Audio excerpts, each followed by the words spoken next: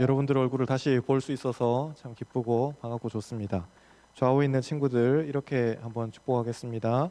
십자가의 고난을 묵상합시다. 다시 한번 십자가의 고난을 묵상합시다. 네, 사순절 지금 기간을 계속 지나고 있습니다. 너무 행복하게 지내시면 안 돼요, 여러분. 좀 여러분들이 가지고 있는 즐거움이나 또 기쁨이나 즐겼던 것들, 오락거리들 이런 것들을 이 기간만큼은 좀 내려놓는 연습을 하셔야 돼요. 이 기간만큼은 다른 때에 우울하게 살라는 게 아니에요. 기독교는 기본적으로 기쁨의 종교예요. 성령 충만하면 여러분 기쁠 줄로 믿습니다. 성령 충만하면 기뻐요. 하나님은 태초에 인간을 우울한 상태로 창조하지 않으셨거든요. 그래서 성령 충만하면 기쁩니다. 그리고 성령 충만하면 언제나 에너지가 올라오고 성령 충만하면 새로운 생각들이 자꾸 나게 돼 있어요. 저는 목사님 머리가 굳어 있는 것 같아요. 성령 충만하면 그것도 해결할 수 있어요. 학생들을 보면은 이 친구들이 예수님 모르고 있다가 갑자기 막 뜨겁게 예수님 만나고 자기 인생의 목표를 잡게 되고 그랬을 때 뭐부터 하게 될까요? 그러면 안 굴러가던 머리가 굴러가기 시작해요. 안 보이던 길이 보이기 시작하는 겁니다. 도통 책 같은 거 안 보고 있던 친구가 갑자기 책을 보기 시작하는 거예요. 그게 공부가 되게 좋아서 공부로 돌아가는 게 아니라 하나님의 이 방법대로 하나님의 사람답게 살아가려면은 내가 지금 차근차근 이렇게 미래를 준비해야 되는구나. 그게 정리가 되기 시작하니까는 학교를 떠났던 학생들이 학교로 다시 돌아가게 되는 것이고 가정을 떠났던 자녀들이 가정으로 다시 돌아가고 저는 그냥 되는 대로 혼자 살래요. 그랬던 사람들이 다시 일자리를 찾아서 돌아가게 되는 거예요. 성령 충만하면 언제나 제자리를 찾게 되어 있습니다. 성령 충만하면 무슨 엑스터시 같은 그런 상태가 아니에요.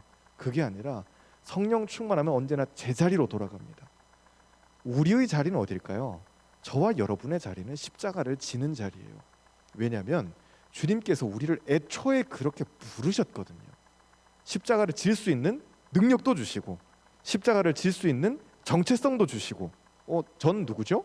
태어나고 보니까는 아빠가 누구 나는 태어나고 보니까 아빠가 십자가를 지신 분이에요. 나는 그럼 뭘까요? 나도 아빠가 그렇게 하셨다면은 아빠가 태어나고 보니까는 우리 아빠가 세상을 구원하신 분이에요. 나는 하나님의 자녀잖아요.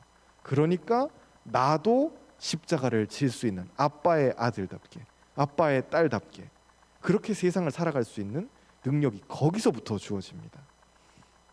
오늘 말씀에서는 예수님께서 악한 이 귀신들을 제어하시는 그런 이야기를 해요. 악한 영의 역사는 기본적으로 더러움이에요. 이게 클린과 더티의 그런 차이가 아니에요. 여러분들이 육안으로 봤었을 때 이 참 깨끗하네, 이 집은 깨끗하네, 야 얘는 옷이 왜 이렇게 더럽냐, 이런 육안으로 볼 수 있는 깨끗함과 더러움의 문제가 아니라 율법에서 성경에서 이야기하는 깨끗함과 더러움은 무엇이냐면은 기본적으로 관계의 문제예요. 어떤 환자가 있을 때 나 환자라고 생각해 봅시다. 문둥병 환자예요. 이 사람이 아프면은 관계가 끊어져요. 무슨 피부가 더러워지고 그런 걸 떠나가지고 이 사람은 성 밖으로 나가야 되거든요. 더 이상 우리 집에 있을 수 없어요. 나 환자가 있었던 그 집은 더러운 집이에요. 사람들과 더 이상 같이 있으면 안 되는 거예요. 가족들하고도 같이 있을 수 없어요. 우리는 격리의 경험들을 다 해보셨잖아요. 지금 우리 중에도 많이 있으시지만은 일주일 gat혀 있어 보시니까 어떠세요? 좀 더 해보고 싶으세요? 이제 일주일쯤 되면 아무도 격리 하루 이틀은 좋았죠. 하루 이틀 이렇게 내 거 패드 보고 드라마 보고 그지 또 사흘 나흘이지 일주일씩 하고. 지금 우리 교우들 중에서도 내가 이제 걸렸다가 다 나을 때쯤 돼가지고 내 아들이 또 걸려가지고 또 격리하고 회사 또 못 나오고 그런 분들이 있거든요. 거의 막 반쯤 죽으려고 그래요. 너무 힘들어가지고.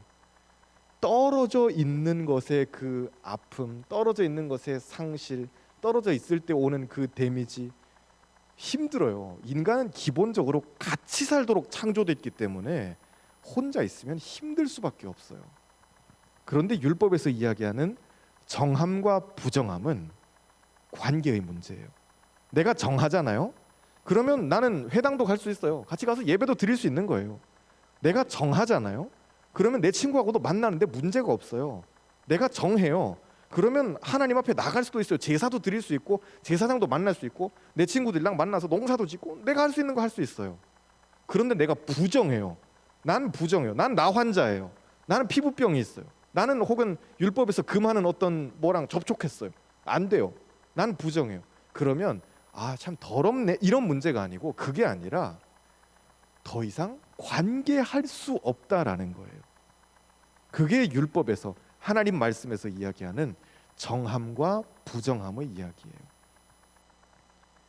악한 영은 자기가 더럽다는 것을 알아요.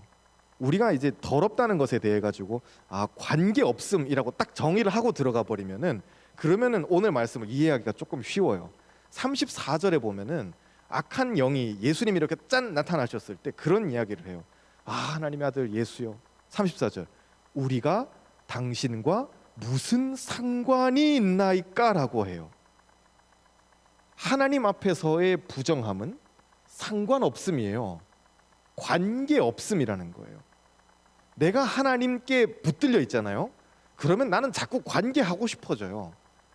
옆 친구가 자꾸 보이기 시작하고 옆 사람의 이야기가 들리기 시작하고 같이 기도 나눔하는 게 재밌어지고 또 목사님 말씀 들으러 가는 게 좋은 거예요.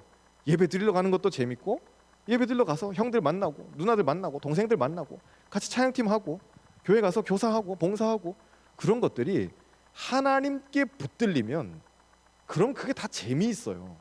다 감사한 거예요. 그런데 하나님께 붙들리지 않으면 부정함으로 멀어져 버리면은 그러면 그때부터는 예배를 드리는 것도 이것도 재미도 없고 마을 모임은 왜 이렇게 짜증나게 길게 이야기를 하냐, 그냥 짧게 하면 되지. 근데 자기들끼리 좋다고 막 깔깔대고 있는 그것도 보기가 싫어지는 거예요. 귀신의 역사라 그래서 무슨 눈이 뒤집어지고 막 천장 타고 그게 귀신의 역사가 아니에요. 그게 아니라 우리를 실제적으로 직접적으로 공격하는 악한 영의 역사는 관계 없음이에요. 다 마귀는 우리를 따로 만들어 버리려고 그래요. 혼자서 해. 물론 상황에 따라서 가정에서 영상으로 예배드리거나 그런 거 있을 수 있죠. 그런데 가능하다면 우리는 같이 모여서 예배드리고 모여서 나눔해야 돼요. 왜 그럴까요? 하나님이 애초에 인간을 하나님과 교제하는 존재로 만드셨고 인간끼리 교제할 수 있는 존재로 만드셨기 때문에 그래요. 애초의 용도가 그거예요. 애초의 목적이 그렇고 사용설명서, 인간 사용설명서가 애초에 그런 거예요. 근데 그것을 무시해버리고 그냥 혼자 예배 드릴게요. 그냥 예배 드리고 집에 혼자 갈게요. 뭐 마을 모임은 왜 하는 거죠? 구역 모임은 뭐 그렇게 길게 할 필요가 있나요? 가 돼버리면 그러면 그것이 바로 성경에서 이야기하는 부정함이라는 거예요. 마귀는 자기의 정체성을 이렇게 이야기하죠. 하나님의 아들 예수요, 우리가 당신과 무슨 상관이 있습니까? 나 좀 내버려둬 라는 게 마귀의 기본적인 속성이에요. 내가 성령 충만하잖아요. 그 악령이 있다라고 했었을 때 그 반대편에 성령 충만이 있어요. 그러면 목사님 악령 충만도 가능한가요? 근데 악령 충만은 그런 개념은 없는데 악한 영의 공격을 언제나 받는 상태는 있는 거죠.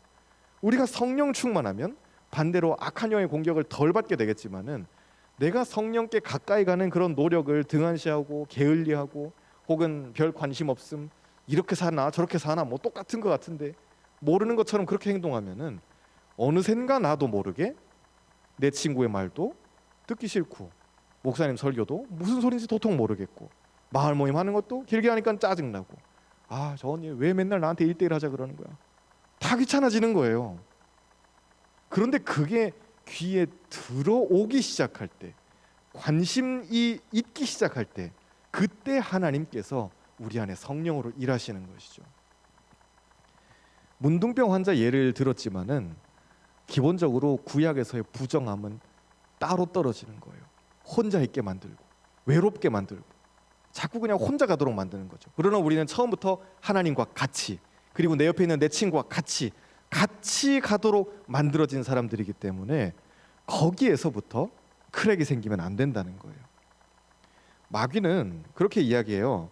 당신이 누구인 줄 압니다. 34절에 하나님의 거룩한 자입니다 라고 마귀가 이렇게 예수님을 이야기하죠. 41절에서도 당신은 하나님의 아들입니다 막 이렇게 이야기를 하는데, 이 구절을 보면서 재밌는 것은 야, 귀신들도 이 정도 신앙 고백은 하는구나 라는 거예요. 이게 우리의 신앙 고백이 귀신보다는 좀 나아야 되지 않겠어요? 어쩌면 내 믿음은 딱 누군가 이렇게 딱 잡고 물어봤을 때, 너 교회 다닌다며? 그럼 예수는 누구야? 뭐 하는 분이야? 라고 물어봤을 때 저와 여러분이 뭐라고 대답할지 그 대답할 말이 있어야 돼요. 어쩌면 우리는 귀신만도 못한 믿음을 가지고 있는 것은 아닌지 생각해 봐야 돼요. 귀신도 예수님을 딱 봤을 때 당신은 하나님의 거룩한 자입니다.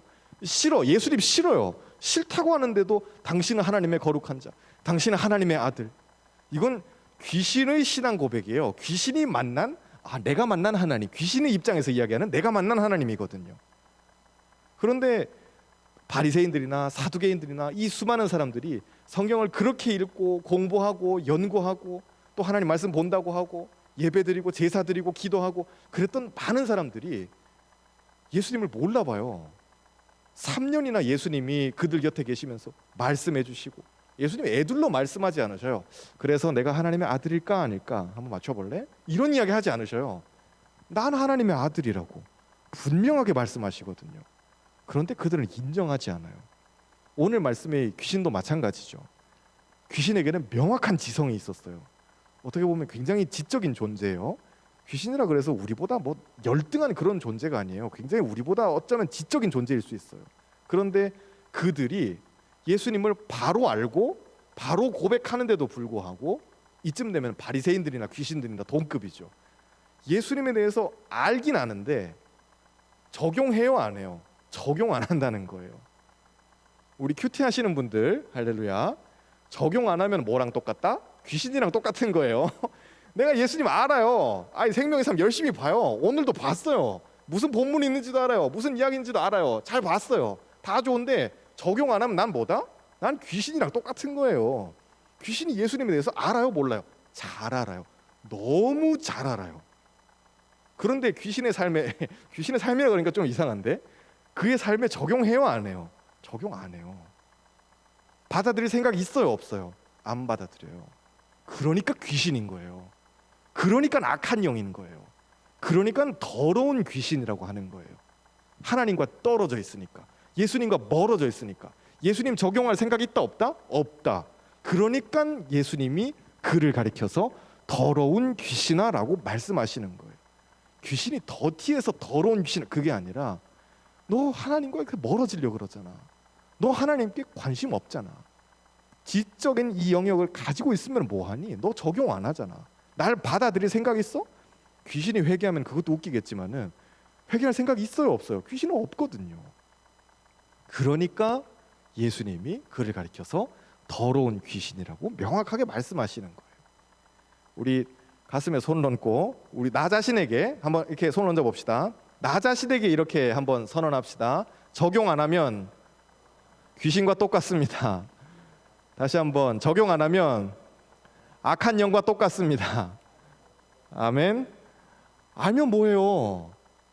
우리 몇 년을 교회를 다니면서 들은 설교가 수천 편이고 배운 말씀이 몇 개고 성경 공부 여러분 몇 개나 했어요. 다 했잖아요. 그렇게 배운 연수로만 따지면은 세상에 석박사를 할 텐데, 여러분들이 교회 나와서 들은 시간을 다 합쳐 보세요. 다 합산해 가지고 대학교 이렇게 대학원 이걸로 환산한다 그러면은 여러분들 벌써 헐크같이 박사학위 5개 뭐 이럴 거예요. 그러지 않겠어요? 그런데 so what? 그래서 뭐 어쩌자는 거예요? 박사학위가 5개쯤 있으면은 그러면 벌써 그 사람은 그 분야의 선두주자예요. 박사학위가 4-5개쯤 있으면은 그 사람은 그 분야의 미래를 끌고 가는 사람이에요. 한번 생각해 보세요. 여러분들 주변에서 나는 분자생물학으로, 나는 융합전공으로, 나는 무슨 공학으로, 나는 천문학으로, 나는 물리학으로, 나는 뭐 생태학으로, 나는 생명공학으로 박사학위 4-5개. 그럼 벌써 그 사람은 웬만한 거 할 거 다 했고 지나가는 건 다 마스터한 거고 이제 이 분야가 나가야 될 미래는 어딜까? 이걸 생각하는 사람이에요. 세계에서 앞서 나가는 사람인 거죠. 그런데 우리는 예수님에 대해서 지금까지 그렇게 듣고 배우고 공부하고 했는데 이게 적용이 안 되니까 귀신이랑 다를 것 없는 그런 삶을 살고 있는 것은 아닌지 돌아봐야 되는 거예요. 악한 영에게는 권위가 없어요. 예수님이 나가라 라고 말씀하시니까 깨갱하고 나가버리잖아요. 귀신에게는 권위가 없어요. 왜 그럴까요? 예수님께는 권위가 반대로 있어요. 그 당시에 율법 교사들이 이 스승의 가르침을 인용해가지고 이렇게 예전에 랍비 아무개는 이런 식으로 이야기했다라고 이렇게 이야기를 해요. 우리 중에 누가 문제 있는 사람이 랍비에게 가서 선생님 저랑 이 친구랑 이러이러한 문제가 있는데 이거 해결을 좀 해주세요. 어떻게 하면 되나요? 율법에 뭐라 돼 있나요? 그러면은 이 랍비가 그래 어디 한번 기록을 보자 그러고는 신명기나 어디 민수기나 이런데 두루마리 성경 한참 찾고 난 다음에 야 근데 이 부분에 대해서 모세는 이렇게 말씀하셨는데 랍비 아무개는 이렇게 해석을 한다 라고 1차 자료도 아니고 2차 자료도 아니고 3차 자료예요. 인용을 해버리니까 듣는 사람의 입장에서는 아 그렇군요 하고 이제 돌아가게 되는 거죠. 고개는 끄덕거리는데 이게 권위가 있다 없다? 권위가 영 없어요. 그런데 예수님은 달라요. 저자 직강이잖아요. 우리가 책에 여러분들 그런 책 가지고 있는지 모르겠는데 예전에 제가 한번 이렇게 신방 갔던 권사님 댁에 그 권사님이 알랭드 보통의 불안 그 책을 여러분 자 책을 보시길 바래요. 자 책 너무 성경만 보지 마시고 다양한 인문학 서적도 보시고 뭐 이렇게 만화책 안 돼 마블 아니야 그런 거 말고 자 책을 보시길 바래요. 알랭드 보통의 불안 그 책을 이렇게 제가 아무 생각 없이 서재에 이렇게 책이 막 쫙 있길래 아 고쌤 책이 되게 많으시네요.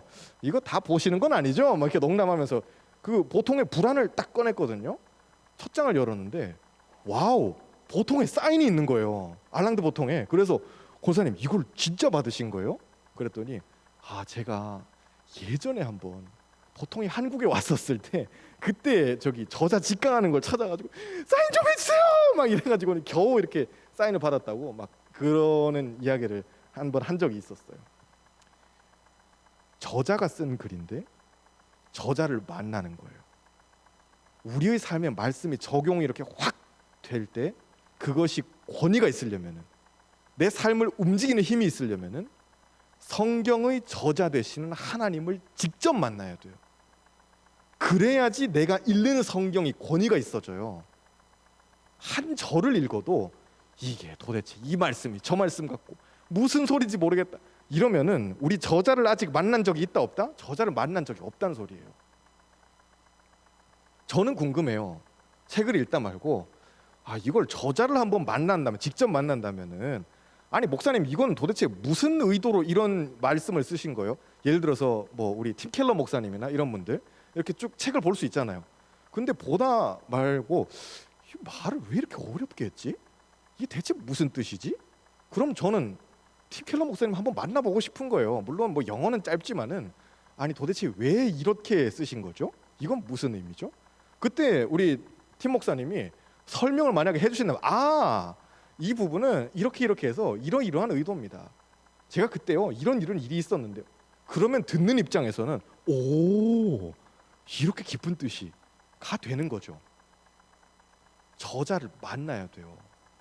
말씀이 내 삶에 명확하게 이해가 되고 명확하게 적용이 되고 내 삶을 잡고 완벽하게 드라이브하는 그 능력을 체험하려고 그러면은 말씀의 참저자 되시는 하나님을 만나야 되는 거예요.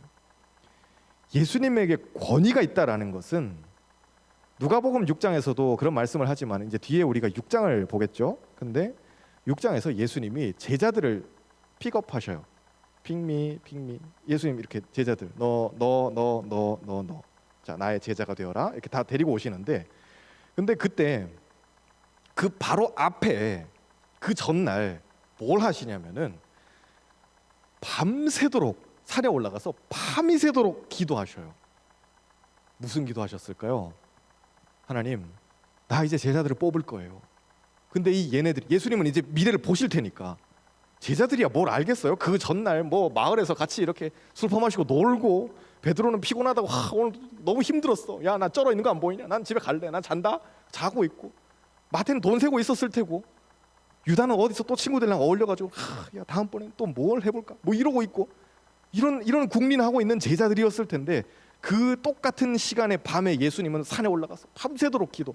그런데 이때 그냥 하루 어떻게 살아갈까 하고 있는 이 제자들의 20년 뒤를, 30년 뒤를, 40년 뒤를, 50년 뒤를 예수님 보시면서 아버지, 얘네들이 이제 하나님 나라의 미래를 책임질 친구들이에요.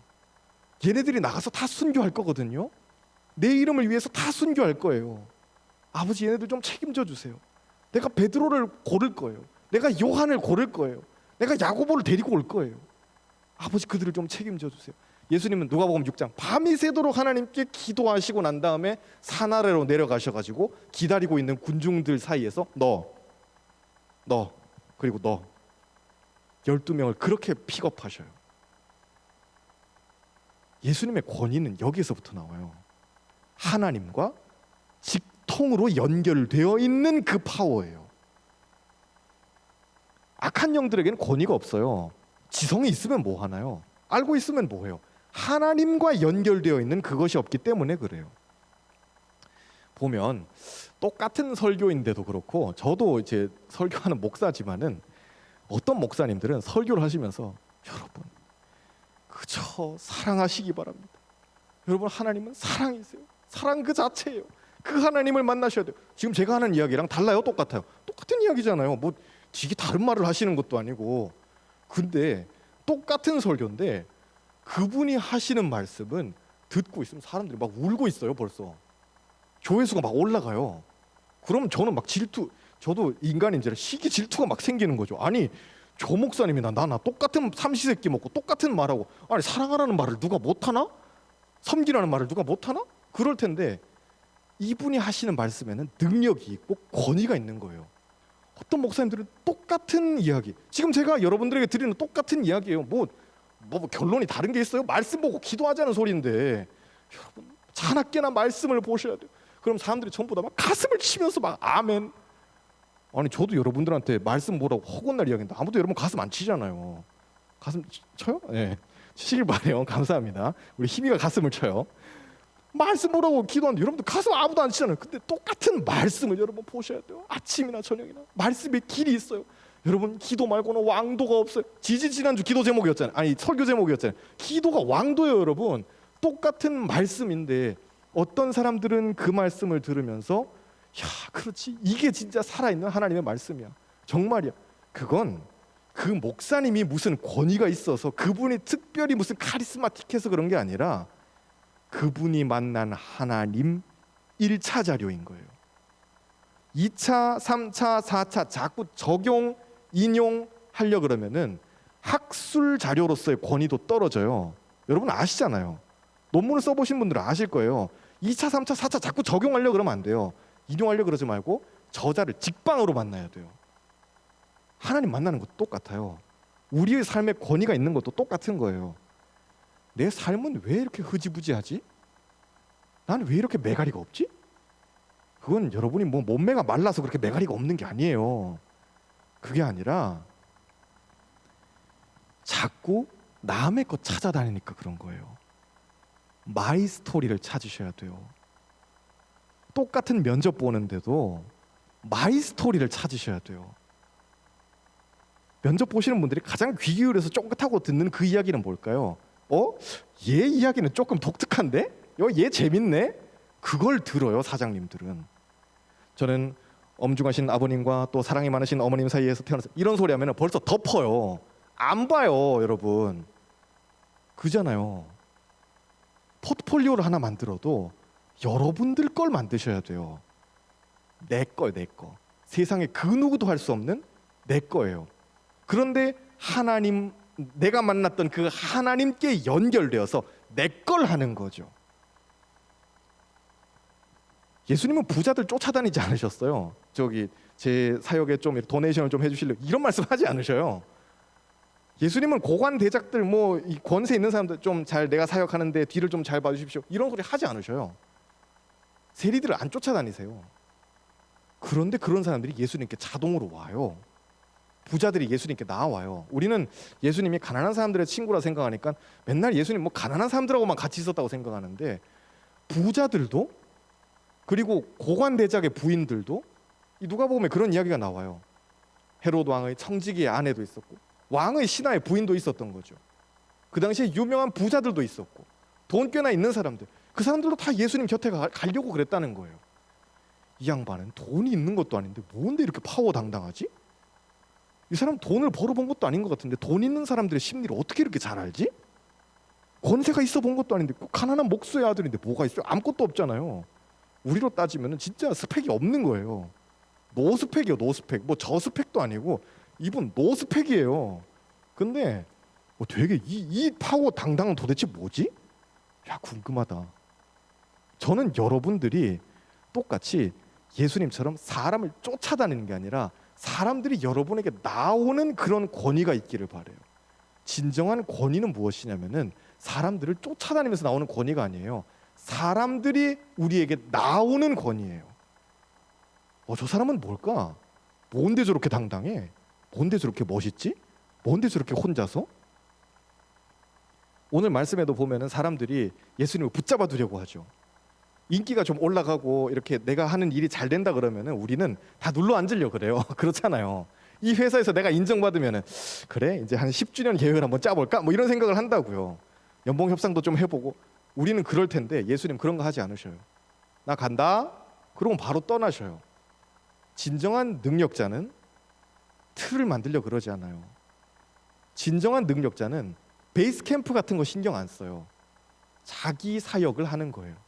자기 길을 가는 것이고 자기 일을 해요. 그런데도 사람들은 어떨까요? 계속 나한테 오는 거예요. 그게 진짜 하나님께서 함께 하시는 권위 있는 사람의 삶이에요. 그게 아니면은 권위가 없으니까 자꾸 남의 것 쫓아가려고 그러고 뭐 카피해 보려고 그러고 야 이게 좋다던데 이거 쓸만한 정보라던데 그런 거 아니라는 거예요. 예수님은 다른 거 다 제쳐두고 정보를 얻으려고 그랬던 것도 아니고 부자들을 쫓아간 것도 아니고 권세 있는 사람들을 쫓아간 것도 아니고 예수님은 황제가 되려고 하신 게 아니에요. 심지어 사람들이 예수님한테 몰려와가지고 예수님 당신이 왕 해주시오 그러는데도 싫어. 우리쯤 되면은 사람들이 막 몰려와가지고 당신 대통령이 되셔야 됩니다. 그러면 그래? 한번 당을 조직해 볼까? 이런 생각을 할 텐데 예수님은 그런 것도 하지 않으셨다는 거예요. 애초에 자기의 목적이 나는 당을 만들려고 온 게 아니야. 나는 군대를 만들려고 이 땅에 온 게 아니야. 나는 왕국을 만들려고 이 땅에 온 게 아니야. 나는 처음부터 십자가를 지려고 이 땅에 온 거야라는 명확한 자기 목표가 있었기 때문에 그래요. 그리고 그 목표는 어디서부터 올까요? 하나님께로부터 오는 거예요.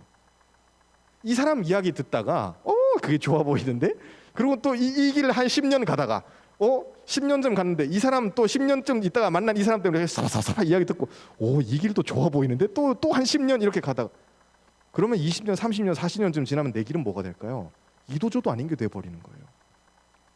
그런데 예수님처럼 처음부터 끝까지 나는 십자가. 너 왜 태어난 거야? 나는 십자가를 지려고. 마귀가 시험할 때도 야 하나님의 나라는 그런 게 아니야. 나는 십자가를 져야 되거든. 사람들한테 빵 주려고 이 땅에 온 게 아니야. 목표가 명확하잖아요. 그러니까 이런 시험 저런 시험 그리고 바리새인들이 막 공격하고 유대인들이 막 돌 던지고 예수님 막 욕하고 이해 못하고 제자들이 허당짓하고 예수님 막 속 썩고 분명히 예수님 종교는 기독교인데 예수님 화장했다면 살이 나왔겠죠. 얼마나 열받았겠어요. 예수님 얼마나 속상했겠어요. 그런데 예수님은 끝까지 가셔요. 느린 것 같은데 답답한 것 같은데 열매가 없는 것 같은데도 끝까지 일자로 가셔요. 왜? 나는 십자가를 져야 된다라는 명확한 목표의식이 있기 때문에 그래요. 그리고 그 목표의식은 어디로부터 온다? 하나님께로부터 와요. 저자를 만났거든요.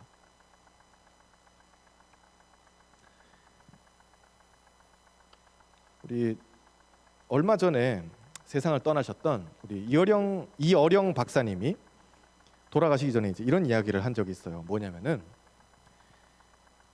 이 지금 세상은 다 100m 달리기 일자로 준비 땅 해가지고 타타타타타. 우리 청년들하고 같이 이렇게 체육대회 한번 하면 좋을 텐데 미니 체육대회 이제 봄 되고 여름이 되고 그러면 한강 둔치 같은 데 나가서 우리 임원들도 같이 기획하자 그래가지고 자매들이랑 같이 형제들이랑 같이 달리기도 하고 참 재밌을 거예요. 예를 들어 봅시다. 우리 청년들끼리 같이 달리기를 해요.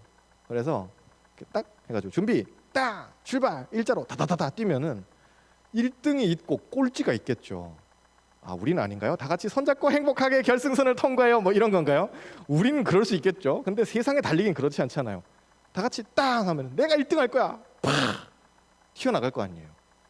그러면은 이 이어령 박사님의 말씀은 1등이 있고 꼴찌가 있다는 거죠. 지금 이 세상은 세팅이 그렇게 돼 있다는 거예요. 그런데 눈을 돌려서 360도를 보라는 거예요.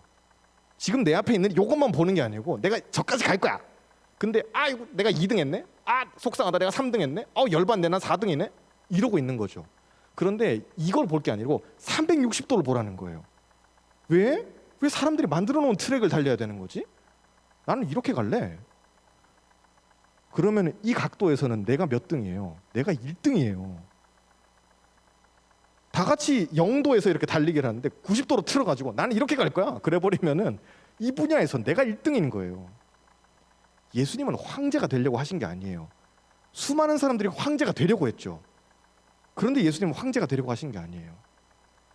수많은 사람들이 자기가 부자가 되려고 했어요. 그런데 예수님은 부자가 되려고 하신 것도 아니에요. 얼마나 많은 사람들이 반란을 일으키려고 그러고 군대를 일으키려고 그러고 얼마나 노력했는지 몰라요. 유다도 그런 사람 중에 하나였잖아요. 수 틀리니까 예수님 팔아버려서 문제였지. 그런데 예수님은 애초에 그런 거 하지 않으시고 다른 사람들이 다 이렇게 가야 돼. 민족을 독립시켜야 돼. 나라를 부강하게 해야 돼. 야, 그렇게 해야지 하나님의 나라가 오는 거야. 다 착각하고 있을 때 예수님은 완전히 혼자서 딴 방향으로 틀어가지고 여기가 하나님의 나라야. 우직하게 자기 갈 길로 그냥 이렇게 가시는 거예요. 그래야 여러분 하나님 나라에서 이름이 남아요. 무슨 유니크한 걸 찾으라는 이런 처세술 이야기가 아니에요.